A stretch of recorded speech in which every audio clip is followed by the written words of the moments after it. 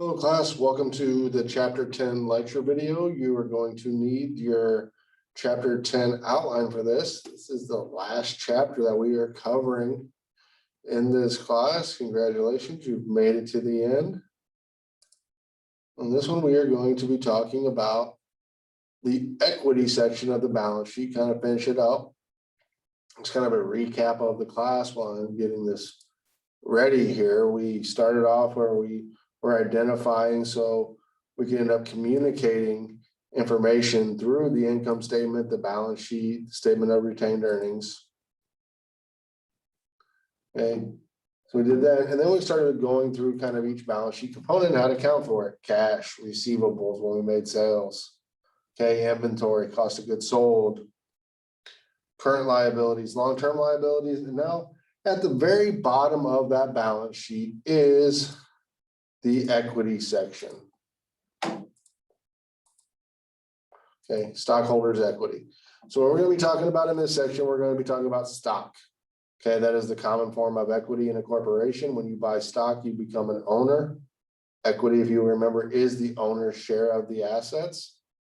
So we're going to learn how to record and properly present the stock, the distribution of assets to stockholders. Okay, whenever a corporation gives money back to the stockholders, that is called dividends. So we're going to talk about that. And then we're going to talk about some issues related to retained earnings. And I'll introduce you to accumulated other comprehensive income, but we won't do any of the accounting for it because that is a very difficult subject. So what is stockholders' equity? Equity is the owner's claims against the assets, okay, what the owners have. Okay, it's broken down into basically 4 separate components here. First one they call capital stock. It can also be referred to as paid-in capital. Okay, that is money that stockholders have given to the corporation through buying their common stock or preferred stock. All right, that goes into that paid-in capital or capital stock accounts. Okay, retained earnings or a deficit. Retained earnings, if you'll recall, is the accumulated net income of a company over its life, minus any dividend payments that it's given back to the owners. Accumulated other comprehensive income, those are basically unrealized gains or losses that come from very complex transactions where maybe we're talking about a company's pension plan, or maybe some hedge fund transactions or currency translations when it's coming from other countries. Bringing the money back in, they actually haven't seen the gains yet, but they expect them to be there. The accounting for that is very difficult. There's lots of estimations.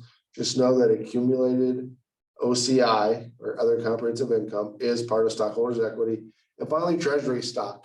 Treasury stock is normally common stock, but it's stock that is bought back by the company out of the open market. So it is no longer actually part of equity because it is no longer, it kind of no longer exists. The company owns it to get rid of it. Okay. So issuing stock, a corporation has to go through a process of becoming incorporated. Okay, and to do that, one of the things they have to do is fill out an articles of incorporation, and it's called the corporate charter. Okay, then they take it to a state and they get approved. Just kind of a little fun fact, the most common state to be incorporated in is Delaware. And it doesn't matter where you do business, is because you want to incorporate somewhere where the laws are favorable. So the laws in Delaware and the court precedents that have been set were really favorable to businesses. So a lot of businesses like to incorporate there, because then when anything happens and somebody wants to sue the company, you got to sue them in the state or the jurisdiction that they are incorporated in, no matter where the actual business transaction took place. So just kind of an interesting fun fact there. So when you're creating a charter, there's some things you need to put your name, what you're going to call your corporation, what your purpose is, who the people are that are the incorporators, kind of like the original board members, the original board of directors. And then how many shares of stock do you want to be authorized to issue? Okay, authorized, that's our very first term we need to know here. Authorized stock is the maximum number of shares that may be issued throughout the life of the company. Okay, they don't have to issue them all. Okay, a lot of times that's going to be a huge number. They might say we want to authorize 500 million shares of stock. Okay, they may never issue all 500 million shares. They might only issue 50 million shares. But whatever you put in that charter, gives you, you want to make it big enough so you know that if your company needs to raise money and grows really big, you have that option to issue more stock if needed.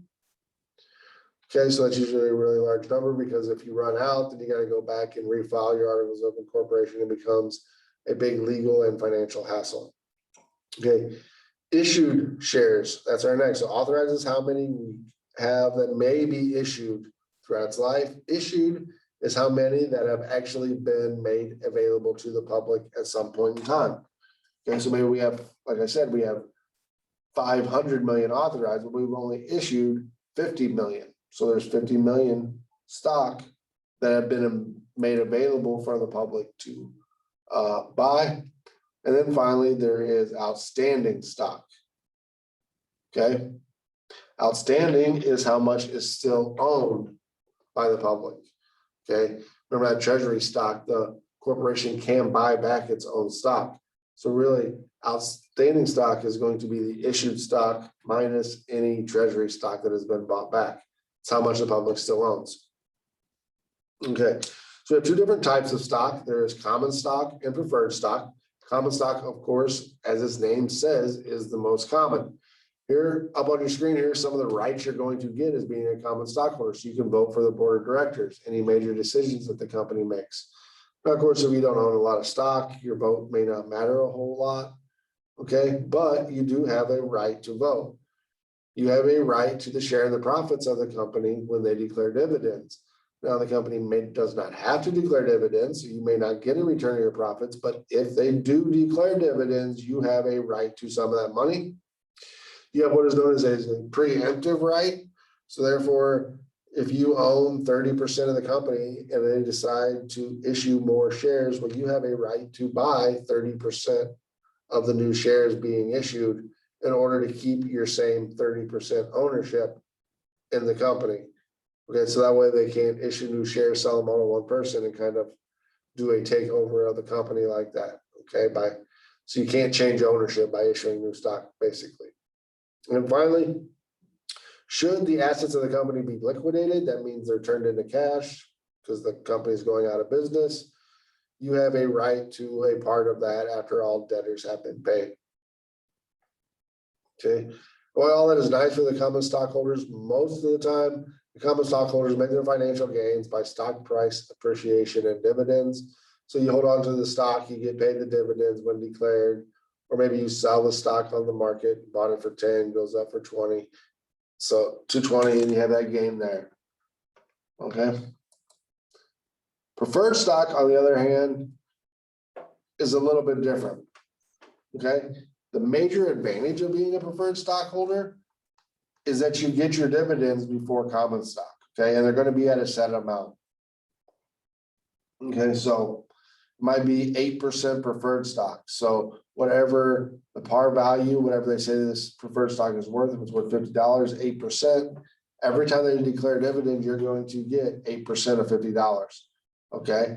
That is coming to you. You're guaranteed that. You get that before the common stock get anything. And if the preferred stock take all the dividend money that was declared before common stock got a share of it, they're just out of luck. Okay. What you do not do is you do not get a right to vote. Okay. So that is the big disadvantage. Okay. So you're just kind of more of an investor instead of an owner, but you know you're getting paid upfront and you're getting a set rate when it is finally paid. Okay. Something else about preferred stock before I move on real quick. It can be convertible. Some people like that. It can be where you may be able to convert your preferred stock into common stock at some point in time, or it could have cumulative dividends, meaning that if dividends were not declared, if you're a preferred stockholder and you have cumulative preferred stock, you're owed dividends for that year, even though the board says they're not paying them. They still owe it to you. So whenever the board does decide to pay dividends, you're going to get all that back pay from the years you should have got them. All right, so accounting for the issuance of common and preferred stock. Remember, whether it's common or preferred, the accounting is kind of primarily the same, okay? All stock is going to have a par value, shouldn't say all stock, there is such a thing as no par stock, but the majority of stock is going to have a par value. It's an arbitrary amount that's listed in the company charter. It's usually going to be maybe a penny or $1. It is a low amount. It's the lowest that the stock can be issued for, but it is not exactly what the stock is going to sell for. Okay.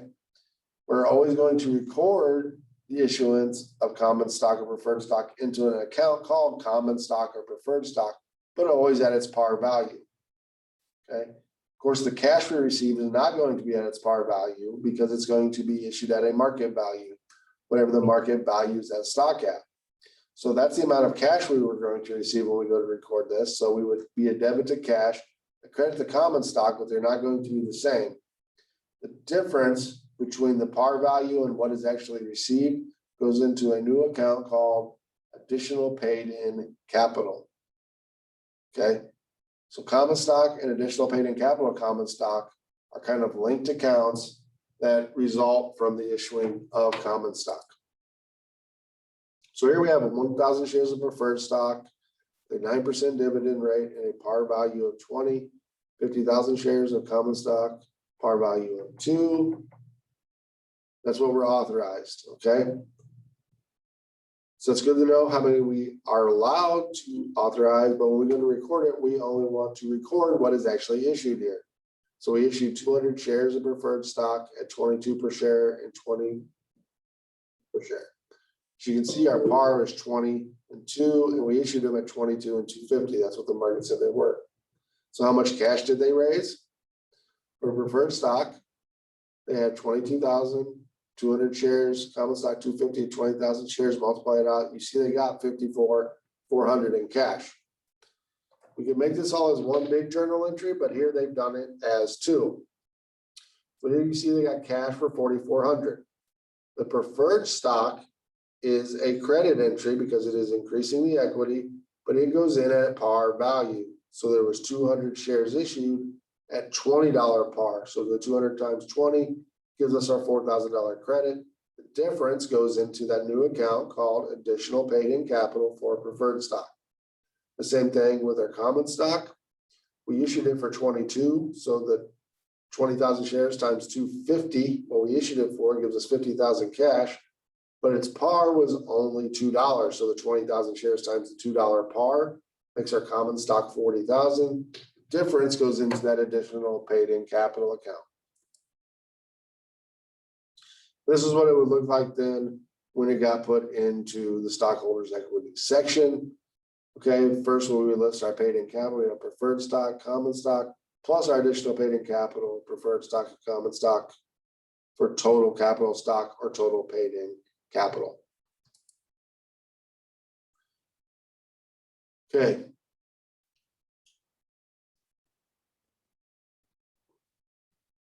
Whatever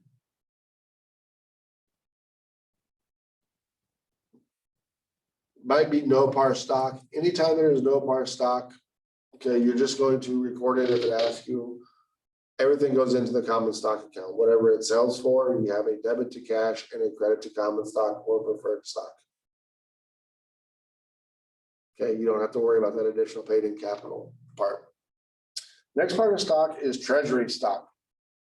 Treasury stock is when a company buys its own stock back, okay? There's many reasons why, okay? Maybe somebody's trying to take over the company. Okay, they're out there acquiring a bunch of shares, trying to become a 51% shareholder. So the corporation buys some back. So the CEO and the people that are running the thing cannot get bought out. Okay. Sometimes maybe they want to increase their earnings per share that they're giving out to their shareholders. Okay, so they'll buy some back. So there's less shares outstanding. So when they go to pay dividends, there's less people they have to pay to. So each person gets a bigger chunk of that. Okay, sometimes maybe they want to artificially, maybe their stock prices is tanking and they want to artificially inflate that. So they go out and buy a bunch of treasury stock, which creates a demand for their stock, which is going to make their stock price rise. It might be slight, okay, but it might kickstart something. So there's many ways, many reasons why a company would want to buy its own stock back. Maybe they're giving some stock out to employees as compensation bonuses. So instead of issuing new stock, they're just gonna buy it out of the marketplace and turn around and give it to employees. There's another good reason. So which would not be a good reason for them to repurchase their own shares?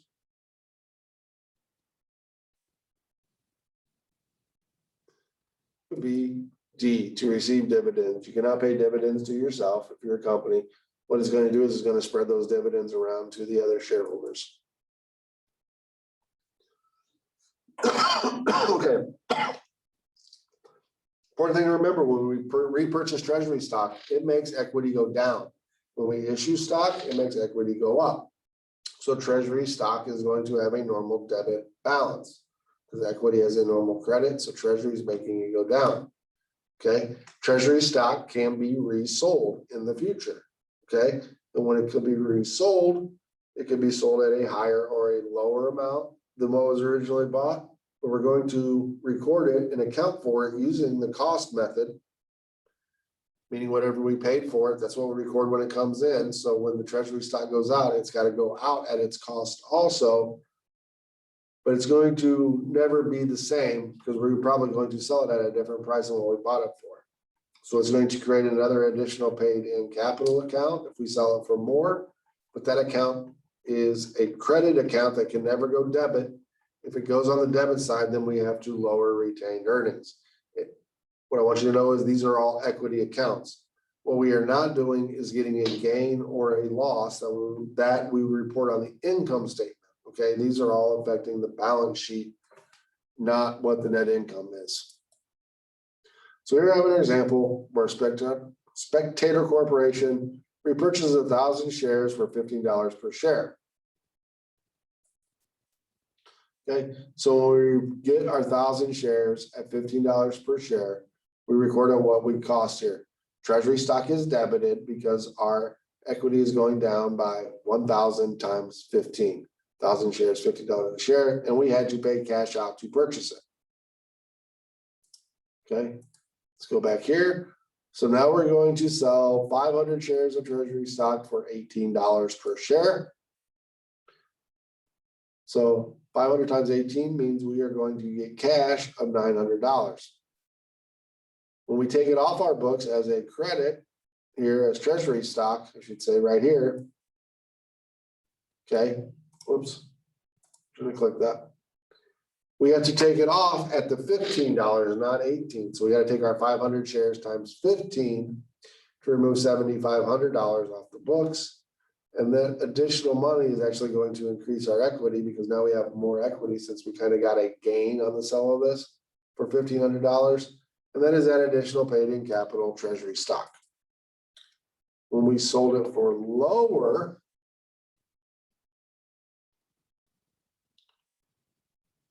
okay, here we sold 500 shares or 400 shares for $11. So we sold for $4,400. We're going to take it out of our treasury stock here with a credit entry down on the very bottom. Okay, we're going to skip a couple lines. We only see cash of 4,400, which was the 400 times 11. It's got to go out at 400 times 15, $6,000. So as you can see, there's a $1,600 difference. The additional paid in capital for treasury stock, we created it in the previous slide for 1,500, so we can debit it down to a zero amount. We cannot make it have a debit balance. It can go no lower than zero. So that's why that's debited to 1,500, and the rest is a debit to retained earnings, which is also an equity account. So that is going to lower the amount of our equity. Okay, because we kind of took a loss when we resold some of this treasury stock, but instead of reporting it as a loss on the income statement, we are lowering the amount of equity on the balance sheet. Okay, don't worry about the retirement of treasury stock. Dividends. Dividends is a return of capital, return of cash back to people that have bought stock from them, okay? Can be paid in cash, which is the most common. Sometimes there are stock dividends, okay? Stock splits and stuff like this that they do for their shareholders as a form of dividend payments, okay? But we're only going to be worried about the cash payment.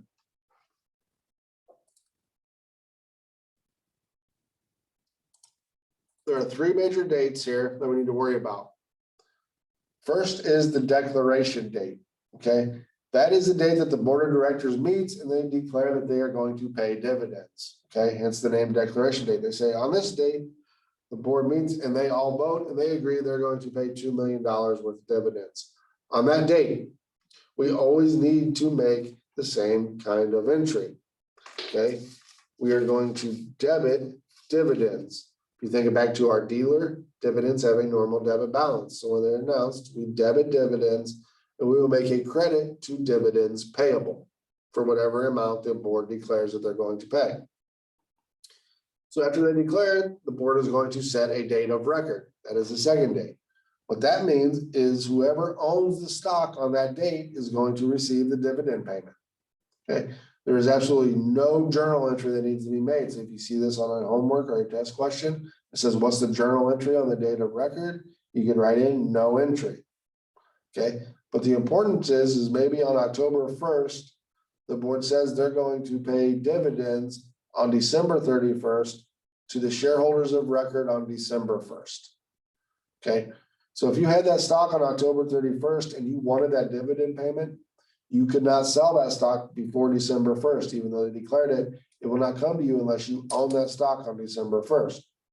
In contrary, if you sold it on December 15th, you would receive the cash for the sale and you would still receive the dividend payment on the 31st because they are looking at whoever owned the stock on that date of record.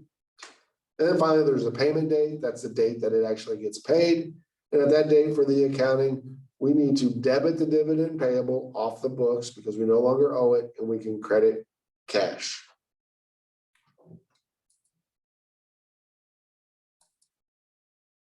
So here is some cash dividends. We have 2,800 shares outstanding.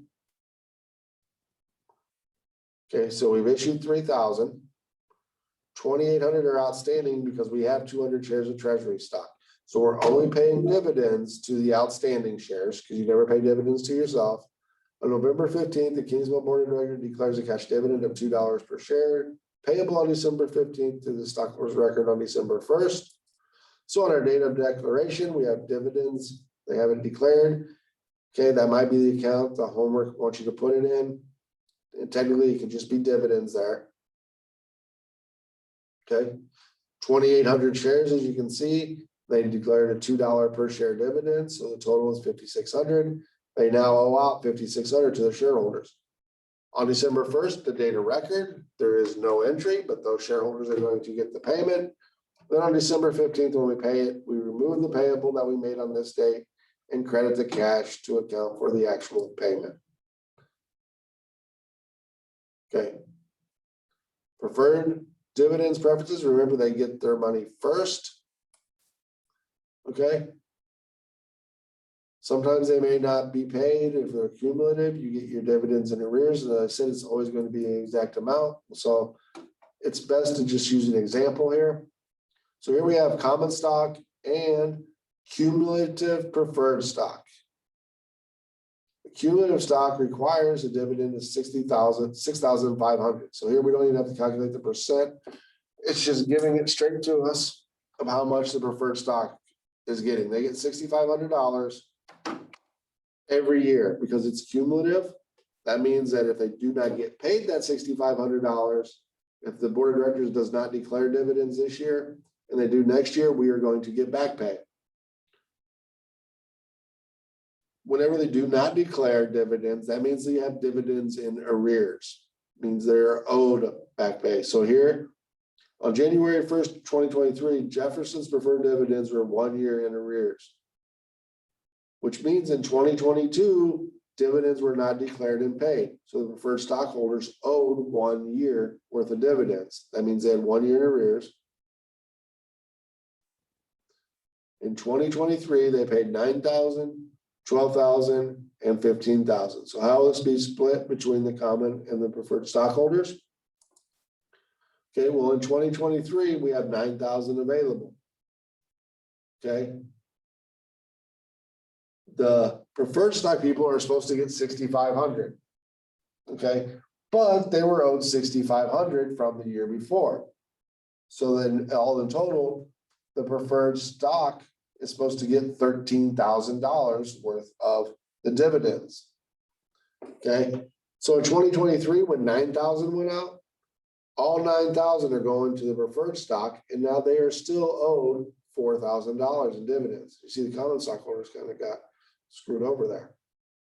Here in 2024, when they announced 12,000, well, the preferred stockholders get their 6,500 for that year, plus they're still owed 4,000 from the previous. They still had 4,000 in arrears from previous years that they were not paid. So they get 10,500. The remaining of the 12,000 goes to the common stockholders. And then in the final year, when they declare 15,000 in 2025, the preferred stockholders get their 6,500 that they're promised. They have nothing in arrears, so they get no extra. And the remaining goes to the common stockholders. So that kind of illustration there kind of explains why maybe having cumulative preferred stock, people might want to invest in that over common stock for the reason here when it comes to dividends.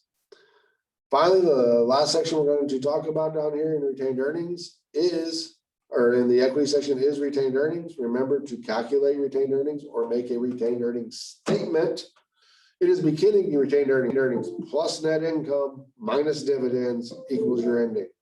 Is basically your accumulated net income minus your dividends presented out. Dividends have to come out of retained earnings. Okay, dividends cannot make your retained earnings go negative. So dividends, you have to have positive retained earnings to pay dividends. Okay, and if retained earnings does go negative, it is called a deficit. So that's kind of basically your accounting for common stock here. What we need to remember is we have paid in capital, which consists of common stock and preferred stock. It's always recorded at its par value, even though it's sold at a higher market price. That difference creates a new account called additional paid in capital. Treasury stock is when a company buys its own stock back. There are several reasons for that. It lowers equity, making treasury stock a normal debit balance.